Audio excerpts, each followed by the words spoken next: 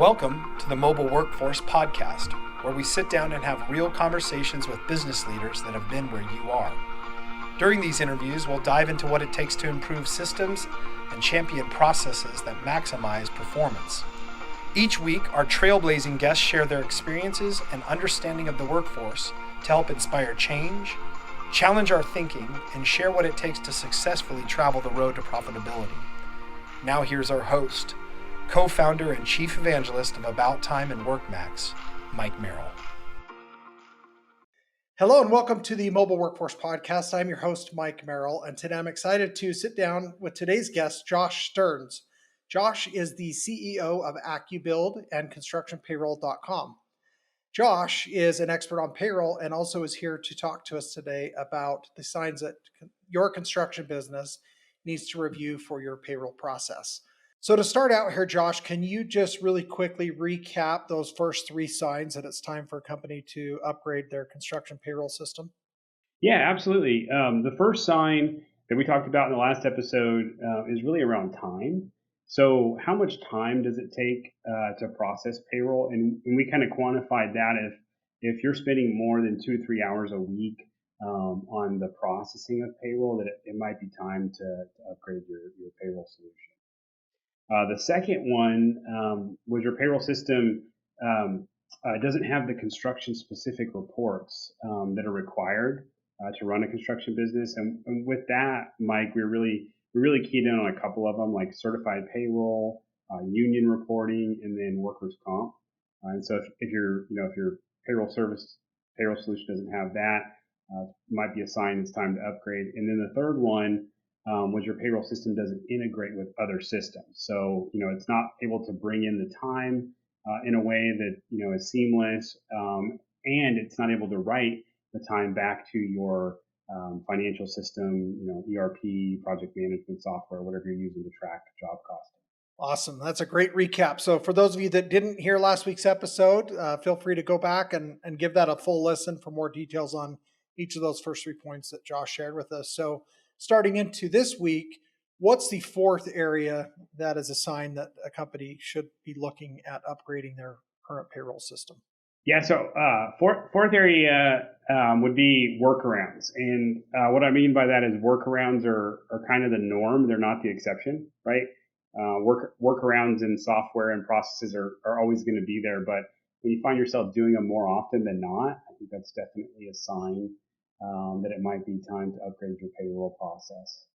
Okay, so are there certain complexities or areas where if I'm doing this, then I really actually have a problem that I should be addressing?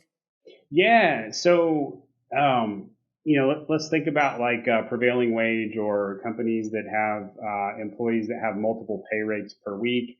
If you're going in and manually changing pay rates in the employee file, I would say that's a workaround. There's definitely better systems to track that.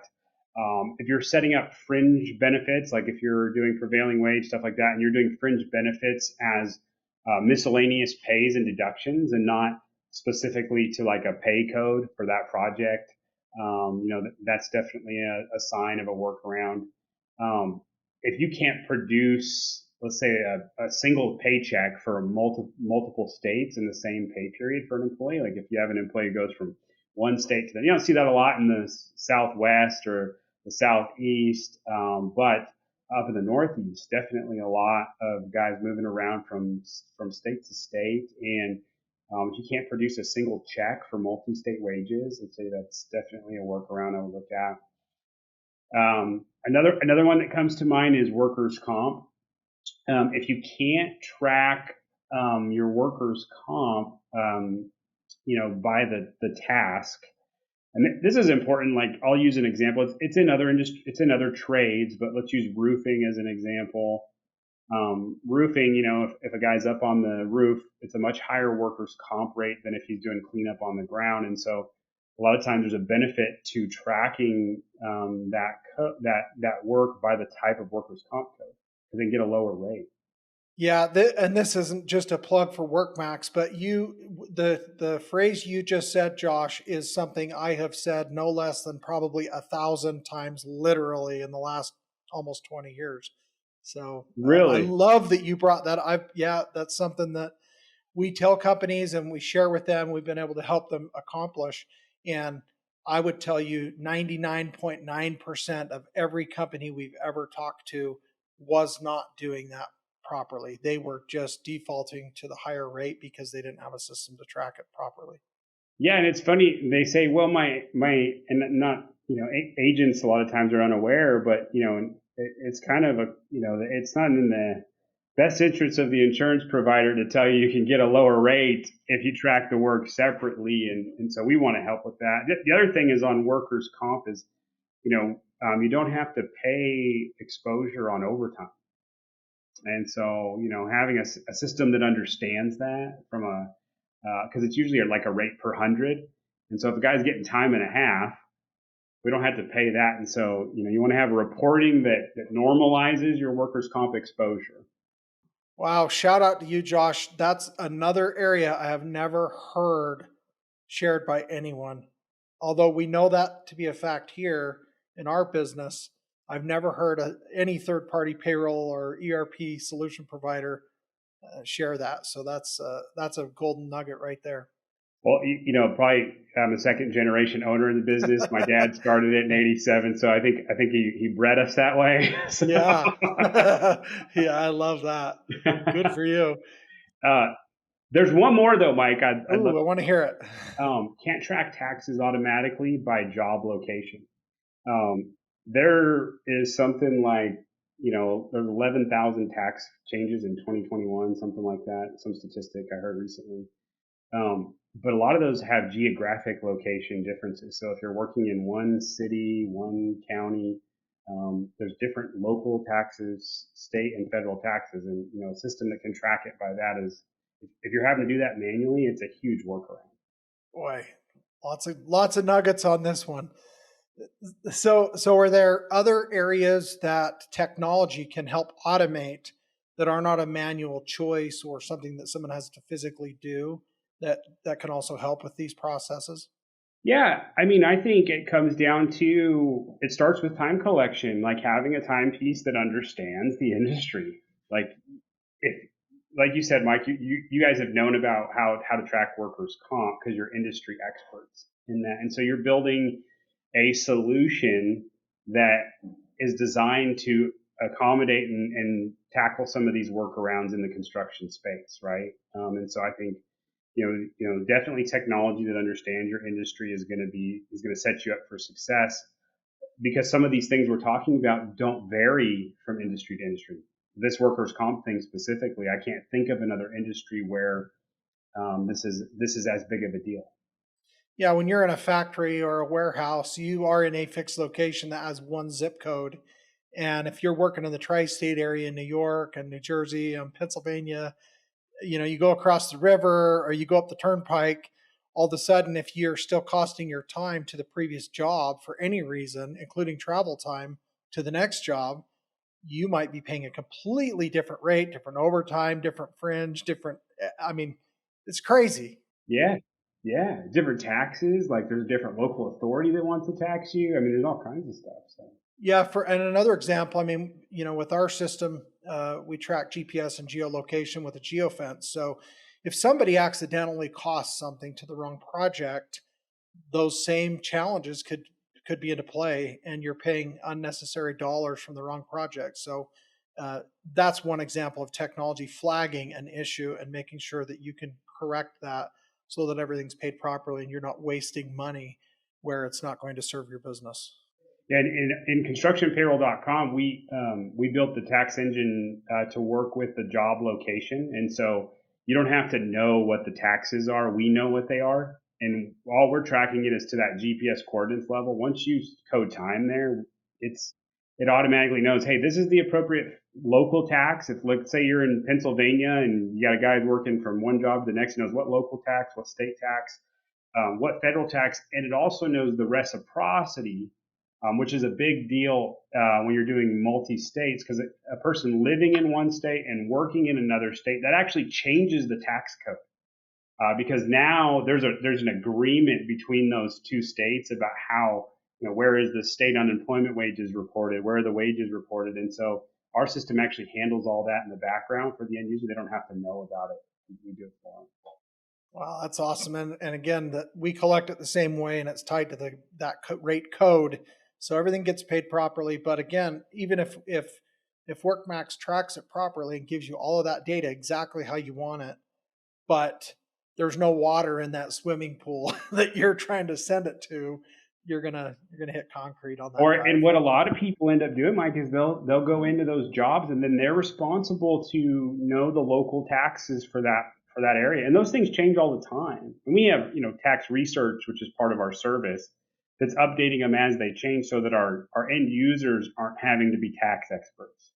So is that an annual update? Is that happening through the year at times? I mean, how often does that get changed? It's real time. It's being updated.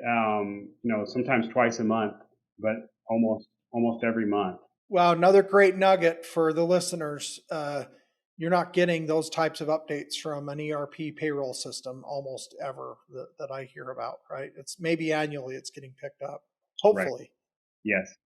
Well, a lot of the reason we did it this way with constructionpayroll.com is because we come from the ERP space, and a lot of times for local taxes, it was up to the end user to go and program those in. They got to go set them up on the job, and that's a lot of work for the company. So we decided when we were going to roll out our payroll service, which is constructionpayroll.com, that we wanted that to be automated for the end user to really drive home the efficiencies.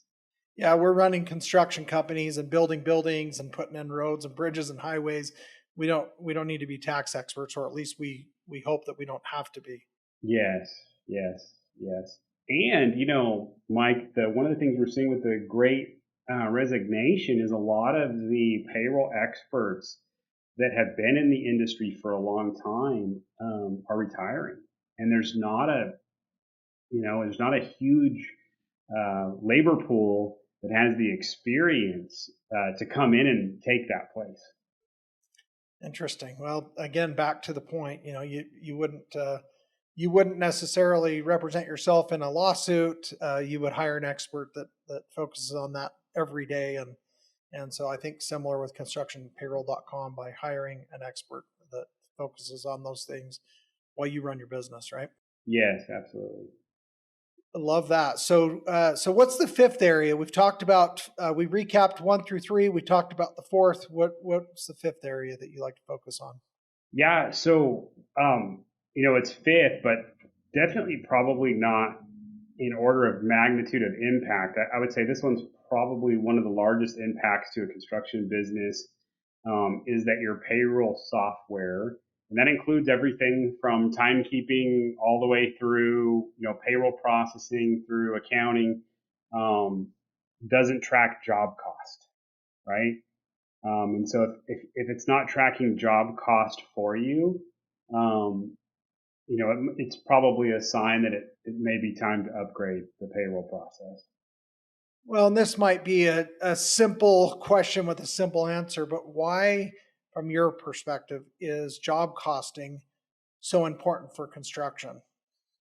So, it's kind of it really hits me personally because a lot of my friends are in the construction space, right? And so I know the challenges that they face in running a construction business. There's a lot of risk, right? There's high reward, but there's high risk in this space. And one of the things that's really important, especially if they're doing like bid work, is they bid a job and they say, okay, I'm going to build you this building for $10 million. If that building cost $11 million, they pay the extra million. And, and a lot of them are really good at estimating and everything, but the thing that's really going to help them to stay on track with their costs is to have real-time information about it that tracks it by job. So when we estimate a project, we're estimating how much labor it takes to do various tasks on the project. We need to track our labor by the same level of detail on the tasks, right? Because we need to be able to see if we're going over or under, and we can make adjustments if necessary. But if you don't have that kind of information, there's typically just not enough margin in a construction project for bad management. And, roll the dice so many times, but eventually, if you're not tracking it, it only takes one bad job, and that one bad job can really take down an entire business. And so that's why I say it's so important from a magnitude of impact to be able to track that information. Yeah, not to overlook another point, and that is that labor is the largest single variable expense on a construction project. Materials, some of these other things are at least even monthly or whatever it is. They're updated regularly enough that you can get ahead of those things. But if labor just runs over, often there's nobody else to foot that bill for you, and you just end up eating it, right? Yeah, I mean, and if you can't shop around and get numbers on materials from your suppliers, you might as well not be in the business, because that's probably the easy part of what we're doing here, is to lock in pricing on materials, because we're going to get a quote, we're going to get a purchase order sign off on. A lot of times before you bid a job, you're going to know your pricing with your vendors. But labor is variable, and labor is subject to management performance. So, good, you can have the same laborers, you can have the same estimate on a job, and you can have different management methods that produce different results. And so, and you're right, if you're going to lose it on a construction project, it's typically going to be in the labor side of it. It's not going to be on the materials. Yeah, and I would imagine you hear, like I have so many times, where companies talk about a dump code or the extras or other category.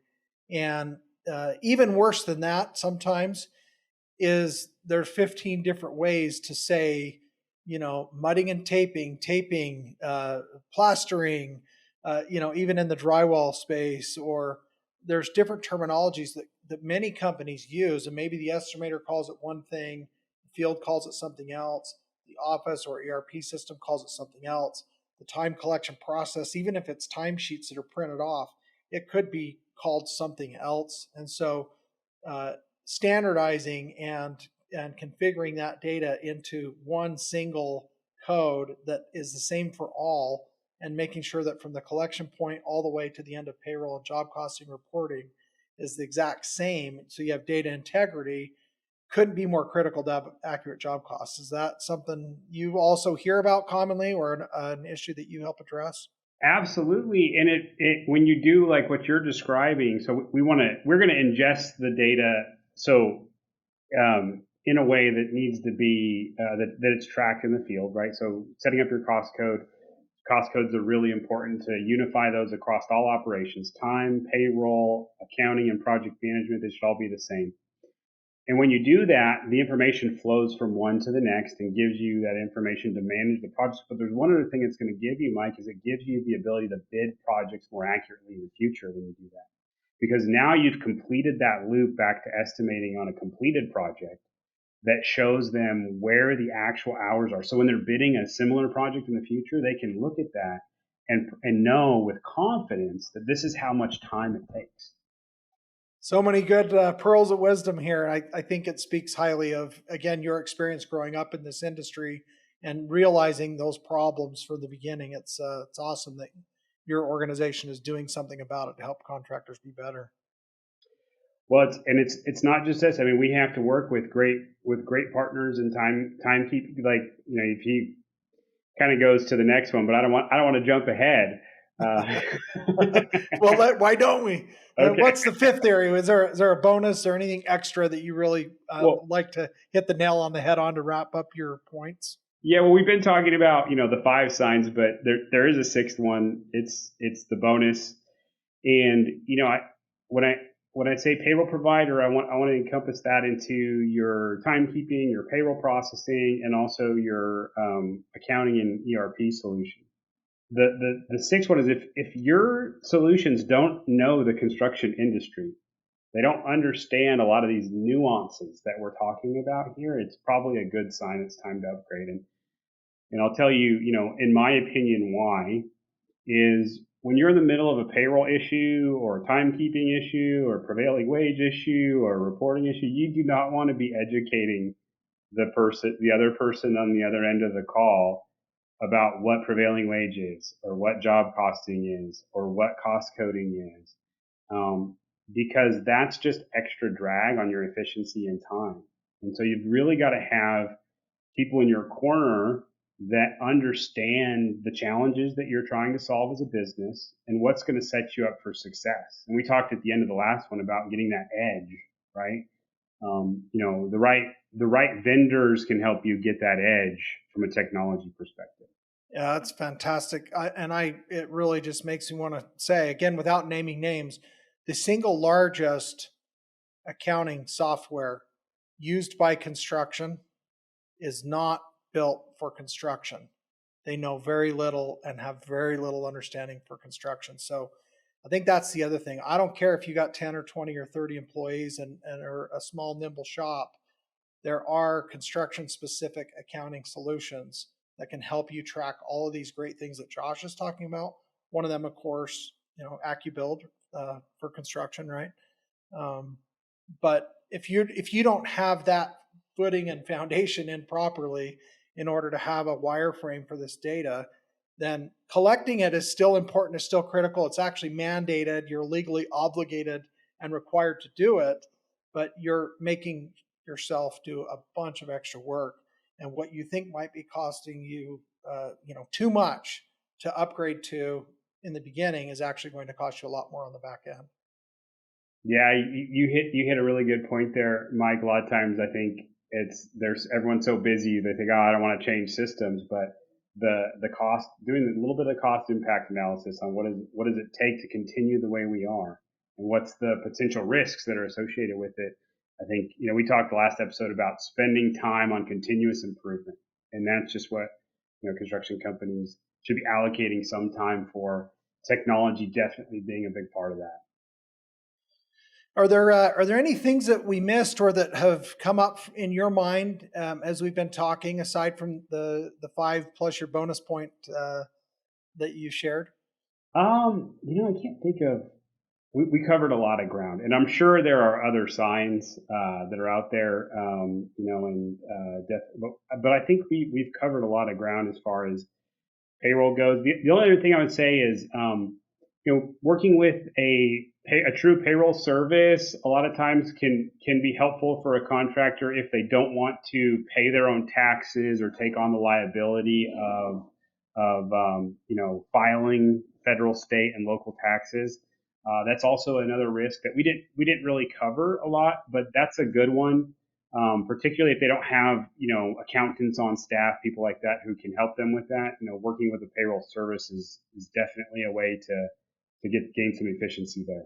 That's awesome. Well, this has been a very enjoyable conversation, Josh, and a refreshing one, honestly. We've covered some new ground here today, so I've appreciated having you share that. Yeah, thanks so much, Mike. Appreciate it. Thanks to everyone at WorkMax. Really appreciate you guys having me on the show. You bet. So I guess to wrap up, one more quick thing. So what would you, if there was one parting word, what would you recommend that contractors or those that are listening do as an action step? I think evaluate is kind of a word. Evaluate current processes. Evaluate, current systems. Evaluate how are they helping you run your business more efficiently. Are they setting you up for long-term success, or are they just getting you by? Well, that's a great one to end on. Well, thanks again for joining us for 2 episodes. We've had a lot of fun the last couple of weeks, and have to have you on again down the road. Looking forward to working together in the future. Absolutely. I'd love to come back. Just let me know when. Sounds good, Josh. Take care, brother. Thank you. You too. Thank you for joining us today on the Mobile Workforce Podcast, sponsored by About Time Technologies and WorkMax. If you liked the conversation we had today, or were able to learn anything new or helpful, please make sure to follow us on our WorkMax page on LinkedIn and on Instagram at WorkMax_. And subscribe to the show on iTunes or your preferred podcast platform so you will never miss another insightful episode. Also, if you enjoyed the podcast, please leave us a 5-star rating and review and share the show with your friends and colleagues.